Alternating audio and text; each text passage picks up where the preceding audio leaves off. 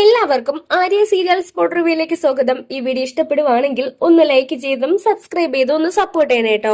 അടുത്തൊരു മുൻപ് latest episode review ആണ് പറയാൻ പോകുന്നത്. അങ്ങനെ ഗംഗാധരനും ശിവനും കൂടെ സംസാരിച്ചുകൊണ്ട് നിൽക്കുവാണ്. നമുക്ക് വൈജിയോട് സംസാരിക്കാം. വൈജയന്തി ഇനി കടപ്പാട്ടൂര് പോകുന്നോ ഇല്ലേന്നൊക്കെ ചോദിക്കണ്ടേ? ഇതിനെപ്പറ്റി അവളോട് സംസാരിക്കണം. മാത്രവുമല്ല അവൾക്ക് കുറച്ച് ഉപദേശങ്ങളും കൂടെ കൊടുക്കാമല്ലോ എന്ന് പറഞ്ഞിട്ട് ഇവര് രണ്ടുപേരും കൂടെ വൈജയന്തിയെ കാണാൻ വേണ്ടി പോകുന്നുണ്ട്. വൈജയുടെ അടുത്തേക്ക് വന്നിട്ട് ചോദിക്കുവാണ്, വൈജി നീ കാര്യങ്ങളൊക്കെ അറിഞ്ഞോ? എന്തറിഞ്ഞു എന്നാ ശിവേട്ടൻ ചോദിക്കുന്നത്. അല്ല കടപ്പാട്ടൂരിന്നും നമ്മുടെ അലീന പോയി കഴിഞ്ഞു. സമയം തന്നെ വൈജയന്തി ചോദിക്കുവാണ്, എങ്ങോട്ട് പോയെന്ന്. അവള് പാക്ക് ചെയ്ത് പോയി. ഇനിയിപ്പോ അവൾ അവിടെ ഇല്ലല്ലോ. നിനക്കിനി അങ്ങോട്ട് പോകുന്നതിൽ എന്തെങ്കിലും ബുദ്ധിമുട്ടുണ്ടോ എന്ന് ചോദിക്കുവാണ്. അതേസമയം വൈജയന്തി പറയുവാണ്, ഞാനതൊന്നും വിശ്വസിക്കില്ല ശിവേട്ട. അവളെ പഠിച്ച കള്ളിയാ. പല തവണയായിട്ട് അവള് പോകും എന്ന് പറഞ്ഞിട്ട് ഇവരെയായിട്ടും അവൾ പോയതുമില്ല. എങ്കിൽ തന്നെ അവൾ ഇവിടെ സുഖം പിടിച്ചു പോയി. അതുകൊണ്ട് തന്നെ എനിക്ക് വിശ്വസിക്കാനേ കഴിയില്ല. അങ്ങനെയല്ല, അവളെല്ലാം പാക്ക് ചെയ്ത് പോയി ആ കൃഷ്ണമോള് പറഞ്ഞത്. അല്ല ശിവേട്ട, അങ്ങനെയൊന്നും അവൾക്ക് പോകാൻ കഴിയത്തില്ല. പട്ടൂര് വന്ന് താമസിച്ച് അവിടത്തെ സുഖം പിടിച്ചു പോയില്ലേ. ജയന്തിയുടെ ഈ സംസാരം കേൾക്കുമ്പോ തന്നെ നമ്മുടെ ശിവന് ദേഷ്യം വരുന്നുണ്ട്. എന്താ സുഖോടി അവൾ അവിടെ അനുഭവിക്കുന്നത്? അവൾ അവിടെയുള്ള എല്ലാ ജോലികളും ചെയ്ത് പിള്ളേരെ എല്ലാവരെയും നോക്കുന്നു. അങ്ങനെ നോക്കുന്നതാണോടി നീ പറഞ്ഞ സുഖം? പിന്നെ പിള്ളേര് പാല് കുടിക്കുന്ന പിള്ളേരല്ലേ. സമയാസമയം ഹരം കൊടുപ്പിക്കണം, കുളിപ്പിക്കണം, പാരി കൊടുക്കണം. പിന്നെ നിന്നോട് അവൾ അവിടുന്ന് പോയെന്നല്ലേ പറഞ്ഞത്? എവിടെ പോയാലും അവള് ഇങ്ങോട്ടേക്ക് തന്നെ തിരിച്ചു വരും. അത് മാത്രമല്ല, അവൾ ഇവിടേക്ക് വന്നിട്ട് നിന്നോട് യാത്ര പറഞ്ഞില്ലേ? എന്നോട് മാത്രമല്ല, ഇവിടെ എല്ലാവരോടും യാത്ര പറഞ്ഞിട്ടില്ലേ അവൾ ഇവിടെ നിന്ന് പോയത്? ബാലചന്ദ്രൻ കൂടെ പോയിട്ടുണ്ടോ? അതേസമയം തന്നെ ഗംഗാധരൻ പറയുവാണ്, ബാലചന്ദ്രൻ പോയിട്ടുണ്ടാകും. അവളെ കൊണ്ടുവിടാൻ പോയതല്ലേ. പിന്നെ വളരെ അത്യാവശ്യമല്ലേ. പോകാൻ പോകുന്ന വേലക്കാരിയെ ഇനി സുരക്ഷിതമായിട്ട് കാറിൽ കയറ്റി കൊണ്ടുവിടണം അല്ലേ? നന്നായിട്ടുണ്ട്. ഇവിടെ നടക്കുന്ന കാര്യങ്ങളാണ് ഇതൊക്കെ. അല്ലെങ്കിൽ തന്നെ ബാലചന്ദ്രൻ അവളെ കൂട്ടാതെ എവിടെയെങ്കിലും പോകുവോ?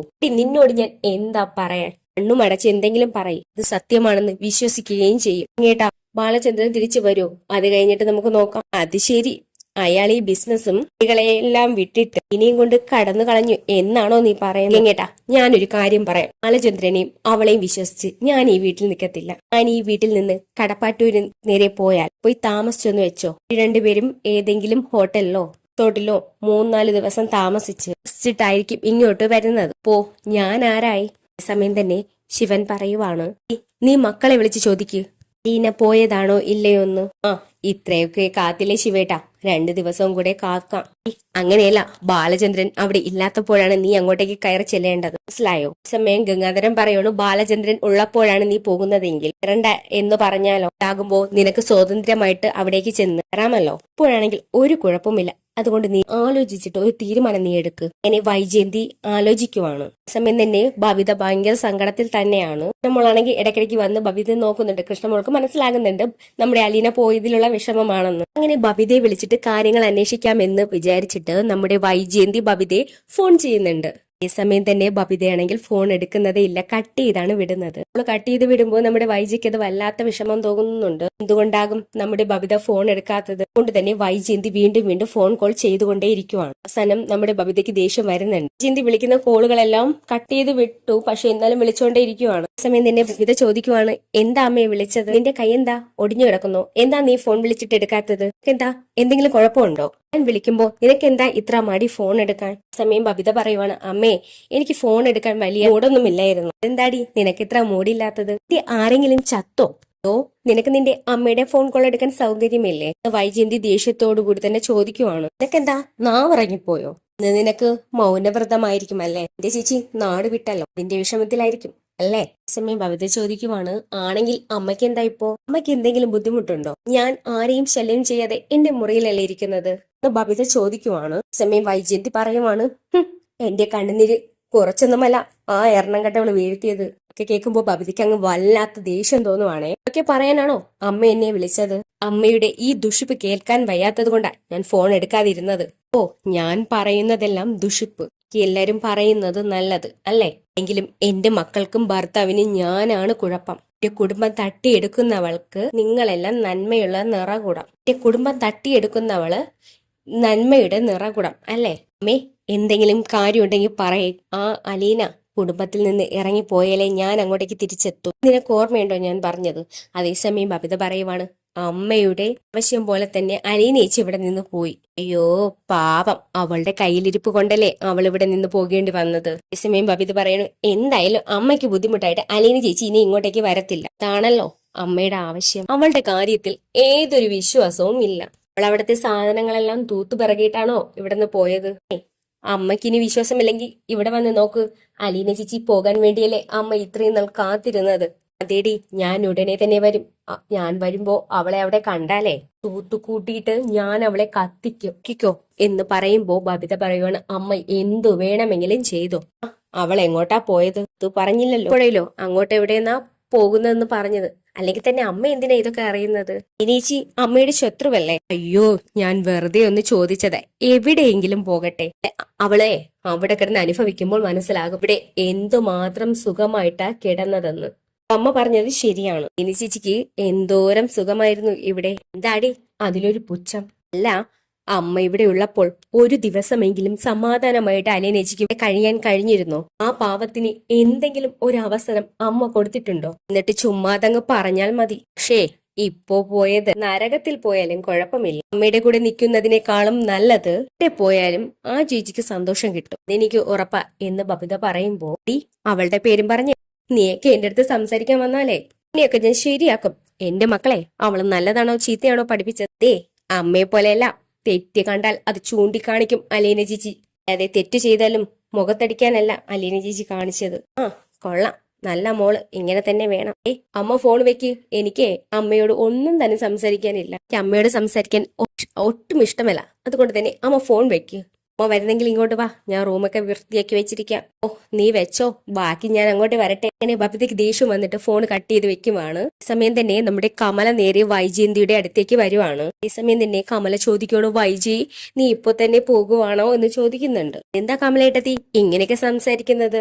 നാളായിട്ട് തന്നെ കമലേട്ടത്തി പറയുക അലീന പോയതിനു ശേഷം തിരിച്ചു പോകണമെന്ന്. ഞാൻ പോകുന്നു എന്ന് അറിഞ്ഞിട്ട് എന്തിനാ എന്റെ അടുത്ത് വന്നിട്ട് അയ്യോ പോവല്ലേ എന്നൊക്കെ പറഞ്ഞിരിക്കുന്നത് ഒക്കെ എനിക്ക് നന്നായിട്ട് മനസ്സിലാകുന്നുണ്ട് കമലേട്ടത്തി എന്ന് പറയുമ്പോ കമല പറയുവാണ്, സത്യം പറഞ്ഞാലേ നീ ഇവിടേക്ക് വന്നത് എനിക്ക് തീരെ ഇഷ്ടപ്പെട്ടില്ല. എന്തുകൊണ്ടെന്നറിയോ? അത് നിന്നോടുള്ള സ്നേഹം കൊണ്ടാ. നിന്റെ കയ്യിലിരിക്കുന്ന നെടുമ്പുരയ്ക്കൽ വീട് വിട്ടുകൊടുത്തിട്ട് നീ ഇവിടെ വന്ന് നിന്നാൽ അത് നിന്റെ ഭാവിക്ക് ദോഷമല്ലേ? അതുകൊണ്ടാണ് ഞാൻ ഇങ്ങനെ നീരസം കാണിച്ചത്, അല്ലാതെ സ്നേഹക്കുറവ് കൊണ്ടല്ല എന്നൊക്കെ പറഞ്ഞിട്ട് കമലയാണെങ്കിൽ നമ്മുടെ വൈജയന്തിയുടെ അടുത്ത് സോപ്പിട്ട് നിൽക്കുവാണ്. പക്ഷെ വൈജയന്തിക്ക് കുറച്ച് കാര്യങ്ങളൊക്കെ മനസ്സിലാകുന്നുണ്ട്. എന്തായാലും ഈ കമല വൈജയെ ഓട്ടിക്കാൻ വേണ്ടിയാണ് ഇങ്ങനെയൊക്കെ പറയുന്നതെന്ന്. ഇത് ഒരുപാട് ആഗ്രഹിച്ചിരുന്നു കമല വൈജ ആ വീട് വിട്ട് പോകുന്നത്. ഈ സമയം വൈജയന്തി പറയുവാണ്, എന്തൊക്കെയായാലും ഞാൻ എന്റെ വീട്ടിലേക്ക് തിരിച്ചു പോകുന്നത് കൊണ്ട് കമലേട്ടത്തിക്ക് സന്തോഷം തന്നെയല്ലേ? അത്രയേ ഉള്ളൂ. അവസാനം നീ അവളെ അവിടെ നിന്ന് തുരത്തിയല്ലേ? നീ ഒട്ടും തന്നെ വിട്ടുകൊടുക്കാത്തോണ്ടാ അവൾ അവിടെ നിന്ന് പിടിച്ചു നിൽക്കാതെ പോയത്. വേറെ വല്ലവരുമായിരുന്നെങ്കിൽ കെട്ടിയോൻ പറയുന്നതും കേട്ട് സഹിച്ചു പുറത്ത് ഇവിടെ നിന്നേ. അങ്ങനെ സഹിച്ചു നിൽക്കണമെങ്കിൽ വൈജയന്തി അല്ലാതാകണം. വിട്ടുകൊടുക്കരുത് വൈജയ് എന്ന് പറഞ്ഞ് വീണ്ടും നമ്മുടെ കമല വൈജയന്തിക്ക് എരിവ് കയറ്റി കൊടുക്കുവാണ്. കമല പറയുവാണ്, എന്ത് പ്രശ്നം വന്നാലും വൈജയ് നമുക്ക് നമ്മൾ മാത്രമേ ഉള്ളൂ, കൊണ്ട് നീ പിടിച്ചു നിൽക്കണം. പിന്നെ നീ എന്തുണ്ടെങ്കിലും എന്നെയും കൂടെ വിളിക്കണം കേട്ടോ. എന്റെ സഹായത്തിന് ഞാനും കൂടെ ഉണ്ടാകും.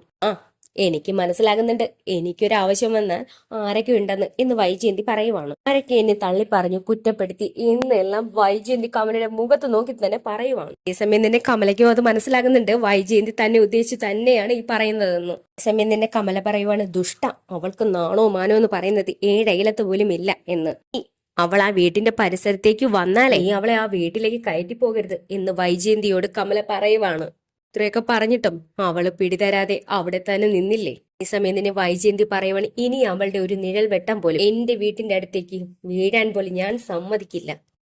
അതുമാത്രമല്ല ബാലചന്ദ്രനും നിന്റെ ആ മക്കളുമില്ലേ, അവളെ അത്ര സന്തോഷത്തോടെ ഒന്നും അല്ല പറഞ്ഞു വിട്ടേക്കുന്നത്. അതുമാത്രമല്ല ഇനി അവള് ചിരിച്ചുകൊണ്ട് അങ്ങോട്ടേക്ക് വന്നാലും അവര് രണ്ട് കൈ നീട്ടി സ്വീകരിക്കുക തന്നെ ചെയ്യും. കുട്ടിയനും മക്കളും അത് നിനക്കറിയോ? എന്റെ വീടും വൈജയ്ക്ക് എരിവേറ്റി കൊടുക്കുവാണ് കമല. ഈ സമയം തന്നെ വൈജയന്തി പറയുവാണ്, അതിനെ ഞാൻ മരിക്കണം, ഇനി അവള് ഈ വീട്ടിൽ കാലൂന്നില്ല. ഇതാ വൈജയുടെ വാക്കാണ്. വൈജയാണെങ്കിലും വിട്ടുകൊടുക്കുന്നില്ല. ഈ സമയം തന്നെ വീണ്ടും വൈജയന്തി പറയുവാണ്, ഞാൻ അവളെ വീട്ടിൽ കയറ്റിയില്ലെങ്കിലും വേറെ ആരെങ്കിലും അവളെ കെട്ടിക്കൊണ്ട് വന്ന് വീട്ടിൽ കയറ്റാതിരുന്നാൽ മതി എന്ന് പറയുന്നുണ്ട്. അതേസമയം തന്നെ കമല പറയണേ, എനിക്ക് മനസ്സിലായി, നീ മനുവിനെ ഉദ്ദേശിച്ചല്ലേ പറഞ്ഞത്. അതേസമയം വൈജയന്തി പറയണ, അതെന്തായാലും പേടിക്കണം, ചിലപ്പോ അത് സംഭവിക്കും. ഇല്ല, ഞാൻ ജീവനോടെ ഉള്ളപ്പോൾ അത് സംഭവിക്കില്ല എന്ന് തന്നെ കമല പറയുവാണ്. പറഞ്ഞു കൊടുക്കുവാണ് നമ്മുടെ കമല. സമയം കമല പറയാണ്, ഇനി അധികം നീ താമസിക്കണ്ട, നീ പോകുവാൻ ഇറങ്ങുകയല്ലേ, പൊയ്ക്കോ. ഞാൻ ഇറങ്ങുവാണ്. അങ്ങനെ പറഞ്ഞുകൊണ്ട് രണ്ടുപേരും പരസ്പരം ഇങ്ങോട്ടും അങ്ങോട്ടൊക്കെ കുത്തി പറയുവാണ്. ന്നതിന് മുൻപ് കമലക്കിട്ട് ഒരു പണിയും കൂടെ കൊടുക്കാൻ വേണ്ടി വൈജയന്തി പറയണേ, എനിക്കൊരു ചായ ആവശ്യമായിരുന്നു കേട്ടോ. അതേസമയം തന്നെ നമ്മുടെ കമല പറയണം, ചായയോ, ചായ ഇട്ടിരാൻ ഗ്യാസ് ഉണ്ടോ എന്ന് നോക്കട്ടെ എന്ന്. അതേസമയം വൈജയന്തി പറയണ, ഗ്യാസ് ഇല്ലെങ്കിൽ വേണ്ട എന്ന് പറയാം. അതേസമയം കമല പറഞ്ഞ, ഞാൻ ഇട്ട് തരാന്ന് പറയണം. അങ്ങനെ വൈജയാണെങ്കിൽ കമല പോയതിന് ശേഷം ചിരിയോട് ചിരി തന്നെ. വൈജയന്തി ആണെങ്കിൽ പിന്നെ അമ്മയെ കാണാൻ വേണ്ടി പോകുന്നുണ്ട്. അമ്മയെ എണീപ്പിച്ചിരുത്തിയതിനു ശേഷം വൈജയന്തി പറയണം, അമ്മയെ ഞാൻ പോകുവാണ്, ഇനി അവിടെ നിന്ന് പോയില്ലേ, ഇനി ഞാൻ അങ്ങോട്ടേക്ക് പോകുന്നു, ഇപ്പൊ തിരിച്ചു വരുവോ പോകുമോ എന്നൊന്നും അറിയത്തില്ല, ഞാൻ എന്തായാലും അങ്ങോട്ടേക്ക് പോകുന്നു എന്ന് പറയുവാണ് വൈജയന്തി. അലീനെ സകല അടവും പഠിച്ചവളാണ്. സമയം തന്നെ അമ്മ പറയുവാണ്, വൈജയ് പോകും മാത്രമേ സംശയമുള്ളൂ, പക്ഷെ ഞങ്ങൾക്ക് സംശയമില്ല, എനിക്കോ നിന്റെ ആങ്ങളയ്ക്കോ ഒട്ടും സംശയമില്ല. പിന്നെ എല്ലാവരോടും യാത്ര പറഞ്ഞിട്ടല്ലേ പോയത്, വിഷത്തിലേക്ക് എത്ര പാലൊഴിച്ചാലും ഇത് വിഷം തന്നെയാ. സമയം വൈജയന്തി പറയുവാണ്, അവളെ പോകുന്നതിന് മുൻപ് എനിക്കൊരു പാര വെച്ചിട്ടാ പോയത്. ഇതടി അല്ല, 23 വർഷം വെറുതെയിൽ വെച്ച് സംഭവിച്ച എന്റെ ജീവിതമില്ലേ, കുറിച്ച് അവൾ എന്നോട് പറഞ്ഞു. അവൾ ഒരുത്തന്റെ കൂടെ ജീവിച്ചവളല്ലേ നീ. അമ്മ പറയണ, അവൾ പറഞ്ഞത് ശരിയാണല്ലോ, ശരിയാണ് അവൾ പറഞ്ഞത്, പക്ഷേ നീ അത് മറക്കാൻ പാടില്ല. സമയം വൈജയന്തി ചോദിക്കണം, അവൾ എങ്ങനെ അറിഞ്ഞു അതൊക്കെ, അന്ന് അവൾ ജനിച്ചിട്ട് കൂടെ ഇല്ല. ആര് പറഞ്ഞു അവളോട്, അമ്മ പറഞ്ഞു കൊടുത്തോ? ഞാനൊന്നും പറഞ്ഞിട്ടില്ല. എങ്ങനെ അറിഞ്ഞത്? അറിയാവുന്നത് നിന്റെ ആങ്ങളമാർക്കാ, പക്ഷേ അവളെ പ്രീതിപ്പെടുത്താൻ ആയാലും അങ്ങനെ ഒരു ചതി എന്റെ ഏട്ടന്മാര് ചെയ്യത്തില്ല. ആര് പറഞ്ഞാലും അവൾക്കിപ്പോ അറിയാവുന്ന കാര്യം നിനക്ക് മനസ്സിലായല്ലോ, അതുകൊണ്ട് ഇനി അതനുസരിച്ച് നോക്കിയും കണ്ട് നിന്നോളണം. എന്തായാലും ബാലചന്ദ്രനോട് അവളൊന്നും പറഞ്ഞിട്ടില്ല എന്നാ തോന്നുന്നേ. പറഞ്ഞിരുന്നെങ്കിൽ ബാലചന്ദ്രൻ അപ്പോ തന്നെ ഭയങ്കര ബഹളം ഉണ്ടാക്കിയേനെ. ആയിരുന്നെങ്കിൽ അവളുടെ നന്മയാണെന്ന് നീ മനസ്സിലാക്കിയാൽ മതി വൈകി. വേണമെങ്കിൽ ഈ കാര്യം പറഞ്ഞിട്ട് നിന്നെ ചൂണ്ടുവിരലിൽ നിർത്താമായിരുന്നു. പക്ഷേ അവൾ അങ്ങനെയൊന്നും പറഞ്ഞില്ല. മാന്യമായിട്ടല്ലേ പോയത്, അതുകൊണ്ട് തന്നെ നീ അവളെ പൂവിട്ട് തന്നെ പൂജിക്കണം. അവൾ എന്തായാലും പോയല്ലോ, ഇനിയെങ്കിലും നീ അഹങ്കാരം കാണിക്കാതെ ജീവിക്കണം, മനസ്സിലായോ? എന്നാലും എനിക്കൊരു പേടിയുണ്ടമ്മേ, അവളങ്ങ് ചത്തുപോയെങ്കിൽ എനിക്ക് സമാധാനമായേനെ. അതിരേടി ശവമേ, നാക്ക് പുഴുത്തു പോകത്തേ ഉള്ളൂ. എന്തിനമ്മേ എന്നെ പ്രാകുന്നത് ഇങ്ങനെ? നാശത്തിന് വേര് മുഴുവനും നീ തന്നെയാ. അതെ, അവളല്ല, മനസ്സ് തന്നെയാ അതിനെല്ലാം കാരണം. അമ്മ വീണ്ടും വീണ്ടും വൈജയന്തിയോട് പറയുവാണ്. ആണെങ്കിൽ അമ്മയുടെ വാക്കുകളൊക്കെ കേട്ടിട്ട് ഷോക്കായി പോകുന്നുണ്ട്. ഇത്രയൊക്കെയാണ് എപ്പിസോഡിൽ കാണിക്കുന്നത്. ഇഷ്ടപ്പെടുവാണെങ്കിൽ ഒന്ന് ലൈക്ക് ചെയ്തും സബ്സ്ക്രൈബ് ചെയ്തും ഒന്ന് സപ്പോർട്ട് ചെയ്യണം കേട്ടോ.